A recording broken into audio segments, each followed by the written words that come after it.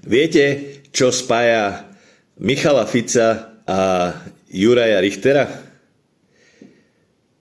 Spája ich to, že ich oteckovia sú vysokí funkcionári Smeru, jeden je dokonca predseda Smeru a druhý je vysoký aparatčík už dlhé roky.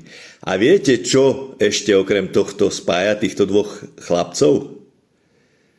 No to, že obidvaja žijú zo štátneho rozpočtu a cecajú naše peniaze. Jeden to robí cez stranu Smer, pozor, to už nie sú štátne, to už sú prepraté cez Smer, takže jeden to robí cez prepraté peniaze cez stranu Smer a druhý to robí cez štátnu firmu Transpetrol, čo sú takisto v podstate štátne peniaze, len pretransformované cez Transpetrol. Takže toto tých chlapcov spája.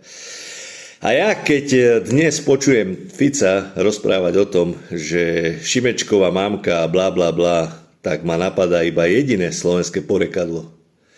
Zlodej kričí chyťte zlodeja. Alebo v upravenej verzie veľký megazlodej kričí chyťte drobného zlodejička.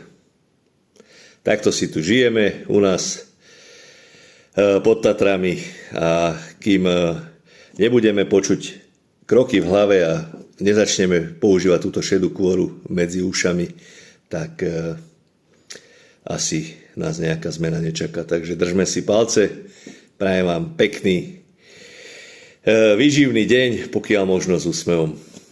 Čaute.